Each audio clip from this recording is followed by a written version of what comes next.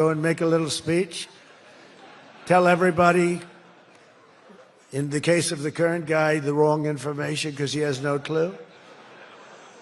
But if you have good instincts, you know, it's all based on instincts. I see they want to hire 3,000 economists, 3,000, to report to the Fed chairman. What are they going to do? Take all this information? 3,000 economists. That's why they're spending $4 billion on renovating a building that should have cost $25 million to do. They should have spent $25 million. They're building a basement into the Potomac River. I could have told them that's very tough to do when it doesn't work and it's very expensive. But they're up to $4 billion headed by this clown. But we have 3,000, think of it.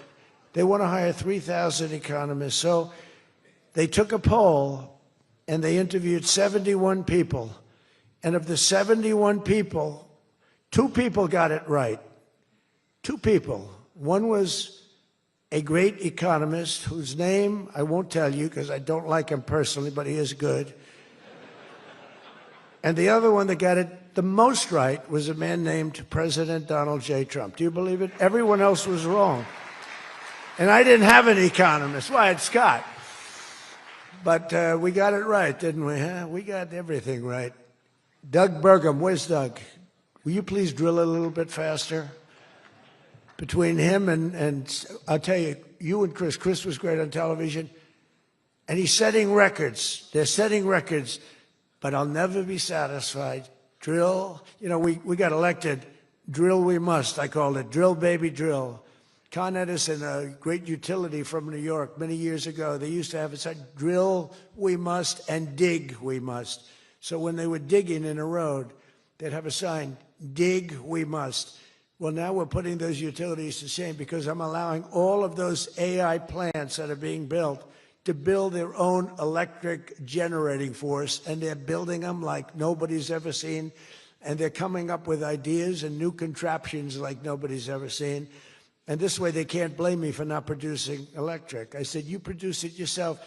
And actually they didn't believe I was saying that because nobody ever thought of a thing like that. They're building a massive plant. They were going to hook it up to a 200-year-old grid. And you know that wasn't going to work because there's no way of doing that. No way we could have done that. And I had the idea. This was my idea, approved by a couple of people. I said, why wouldn't that happen? They're building a plant for $50 billion. You know, if you build a shopping center for $50 million, it's okay. It's not a bad shopping center. $500 million, you're talking about top of the line. $50 billion. So when it was first explained they're spending $50 billion, I said, no, you mean 50 million. No, sir, we mean 50 billion.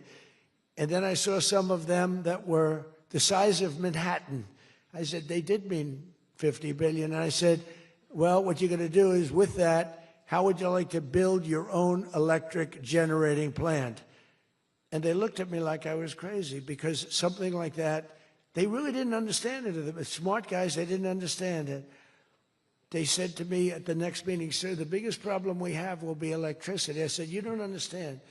I told you last week, you're going to build your own. I'm giving you approval to build your own plant, and you will be approved within a period of 2 to 3 weeks. It used to take 20 years prior to termination. In other words, you would wait 20 years and you wouldn't make it. You'd be voted down 5 to 4.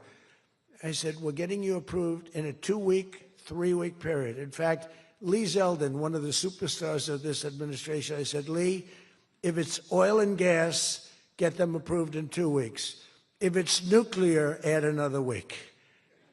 Because some are going nuclear, and they're doing, be careful. They better be careful, but they are going to be careful. They're the greatest people in the world. So now they come back and they actually believed it, and now they're being approved rapidly, and we have things being built, the likes of which nobody's ever seen. We're leading China by a lot in AI. And we're also bringing auto plants in from Canada and from Mexico. They took them, and they're all coming back. They're all coming back because of tariffs. If we didn't have tariffs, I mean, they like the fact that we won the election by a landslide on November 5th. That helped. But they're all coming back, and they're coming back from Germany and Japan. Toyota just announced, as you know, $10 billion worth of new plants. They just announced it when I Last week, I went to various countries, and Japan was one of them. And Toyota's coming in with a $10 billion investment in 4 or 5 plants. Now, we're going to be more advanced than we were. So we led the car industry like 100% 50 years ago. We led the chip industry 30, 40 years ago. We had 100%. Then people came in and started taking it. I don't blame them, Taiwan, et cetera. They took 100% because we had no president that protected our industry. If we would have said, it's wonderful that you're going to Taiwan, we think it's great, but when you sell your product back into this country, there will be a 250% tariff. Nobody would have left. Nobody would have left. And Intel would have been a giant. Intel would have been, where's Jensen? Intel would have blown, well, he now owns a big chunk of Intel. He's got it figured all different ways. Where are you, Jensen? Stand up. You have done such a good job. And you had a good 2 days, I understand, right? A good 2 days. How's Blackwell doing, okay? Any recent competitors? Anybody going to blow Blackwell away in the next week? They say 10 years. I don't know, maybe 2 years, 3 years. But you will not be stopping there. You'll be going further fast, right? An amazing job you've done. I want to thank Howard Lutnick and Christy Noem for being here. Christy, Howard, good job. Really good job. My daughter Tiffany's here with her great husband, Michael. Thank you very much, Tiffany. Thank you, honey. She was a great student. She went to Georgetown. She was a great, great student, and she finished really right at the top, and we were proud of you. And she was so proud, and her graduation got canceled because of COVID. But I say if her name were something else, they probably wouldn't have canceled it. They didn't like that she did so well in school. They weren't happy about it. I say they canceled your graduation because you were a great student, and they didn't want, but other than that, I have no problems. You see, I don't take anything personally. Anyway, great job. And of course, hundreds of the top minds in technology, finance, and private enterprise from both Saudi Arabia and the United States. But my message to all of the leaders and investors with us today, and they are the best in the world, is very simple. Under the Trump administration, America is back and America is open for business. And America is actually stronger than it's ever been before, ever. We rebuilt the military in my first term. Foolishly, we gave a little bit to Afghanistan, but not very much compared to what we built.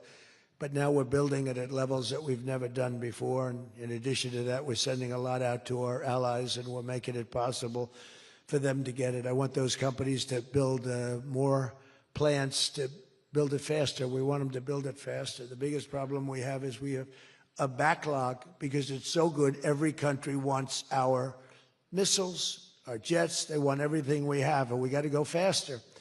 We just have a new plane, the F-47. It won a very strong competition. It's the newest, and that was won by Boeing. Boeing is doing, by the way, Boeing is doing an amazing job of coming back. Kelly is doing a great job. They're really moving, and it's really great to see. But they won the competition for the jet fighter, and they say it reaches levels that has never been.